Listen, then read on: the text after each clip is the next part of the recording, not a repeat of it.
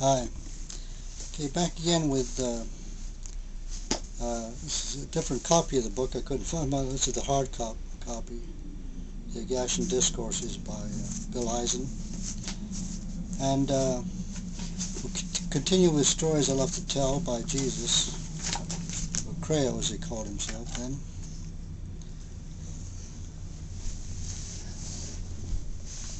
He was, I think the last one we left off about giving, receiving.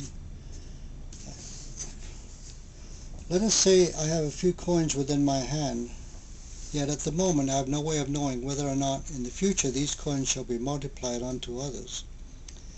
But I have implicit faith that if I send forth, so shall I receive. I do not clench my fist with the coins and say, I dare not give or release these coins, because if I do, I will get no more. Then you violate the law right there. When you have the coins in your hand, then let them flow and bless them, and have implicit faith that other coins shall come to replace them. This system of exchange on earth was so devised for you to survive. Thus other coins will come. Perhaps I might have a loaf of bread before me. I partake of that bread and share my bread with others. Now I don't say I do not dare to partake of this bread, because tomorrow I shall have no bread. I cannot break bread with my fellows, because if I give him my bread, or part of my bread, I shall not have sustenance for tomorrow. Then that is a violation. We must not do that. Rather we should say, I shall partake of the bread that is put before me this day, and I shall share it with the passerby. I shall give him his share, and then when tomorrow comes, I will have another loaf.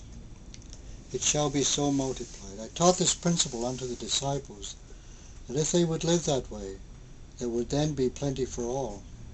And it was so done. By having the right attitude, it seemed as though we could feed the multitude in that way. On one occasion I called my disciples together, and I said unto them, Never allow yourself to become attached to the material.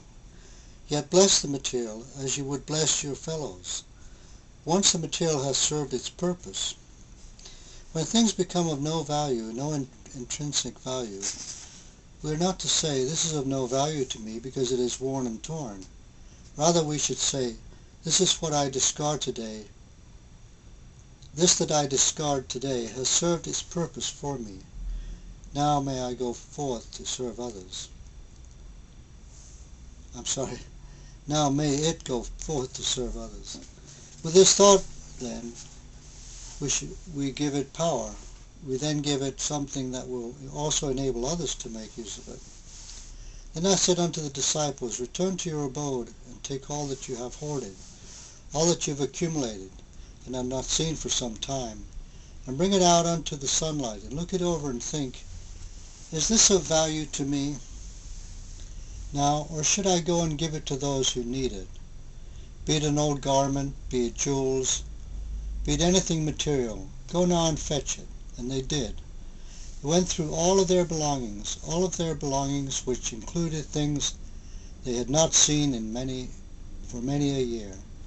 And perhaps there was a great sentimental attached to such thing that they brought into the sunlight. But they did not hold on to the sentimentality. They simply took the garment that they had discarded, but yet hoarded, and gave it unto the poor. But I also said unto my disciples, if you come upon a garment that you have forgotten about, and you find that you need the object at the time, then wear it and use it. Whatever it be, do not say, now I must give all that I have unto the poor, because it is so ordained by God. It is not wise that we give all unto the poor, for then we in turn will become naked ourselves. We are first to replenish, and as we replenish, and after we know that our needs are supplied, then when the right time arises, we can extend a helping hand and give forth the garment, or whatever it is, unto our fellows. Then it is rightfully done. But if you become so endowed and believe that it is right to give all that you have unto the poor, and if so by doing so you deny yourself to the state that you become a pitiful sight unto society, then you injure yourself, and that you have no right to do. This is as I have told you in previous talks. Then it becomes a sin.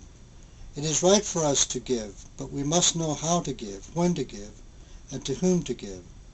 It is always right to live in that light.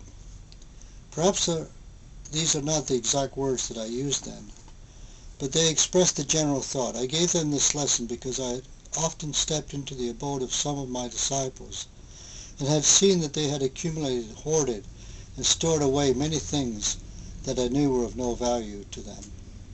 Then too, many of my disciples in the early part of my career on earth became enamored with possessing gold and jewels, feeling that by doing so and by accumulating much wealth, it would give them power and domain over their fellows. I wanted none of that, and I tried to discourage it as much as possible among my disciples. What I really wanted them to see and understand was that actual power is sent by material things when they are given sincerely and unselfishly. Once we bring things out into the sunlight of God, and we bring them out unto man, and be among man, they then will do their work until they be of absolutely no value whatsoever. Then when a thing has not any more power within it to send, it shall then go back into the elements of the earth from whence it came, only to serve again in a future time in some other capacity.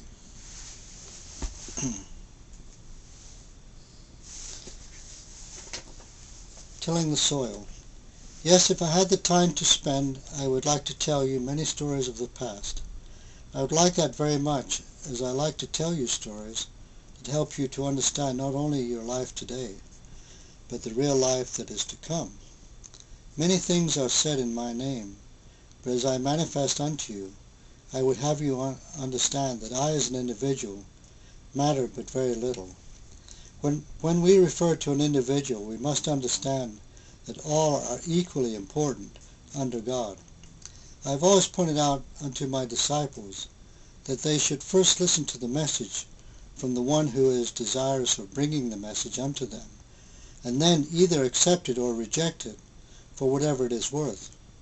But we must not accept the outer personality disciples of the earth. It is the one of the inner consciousness that brings out the truth.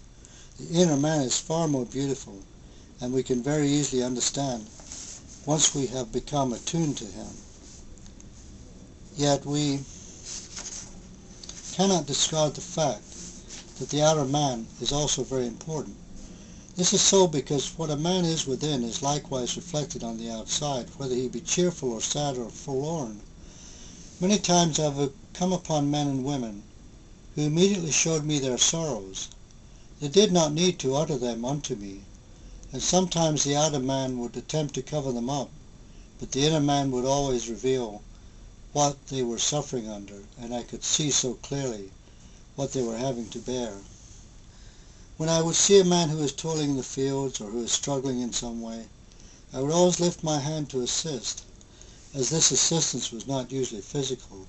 It was said at one time among my enemies that I would not work, that I would not toil. Naturally, when I heard this, I smiled. It was all I could do to go from village to village to speak of things that they could not understand.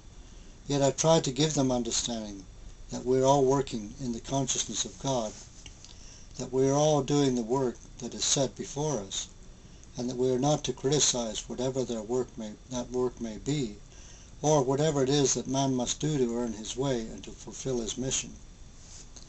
I remember one occasion when I came upon a man who was working in a field and toiling laboriously. He had to get out his crops and he had to do his work. I watched him for a while as he would till the soil so laboriously, and then he would sit down and rest for a moment. It was very warm that day, and he would wipe his brow many times. After a time I walked over to him and I talked with him, saying, "This has been a very difficult day for you, as I can see, that you are striving to receive as much power as you can, because you are fearful you are not going to get in your crops." Then I told him a story. It was just a little story, but it helped him, and it showed him how to go about his work. He listened very intently, and then he spoke unto me, apologizing for being so very dirty and soiled. I answered him, saying, "No, you are a part of nature, and you are not soiled. You are merely toiling in the field and tilling the soil."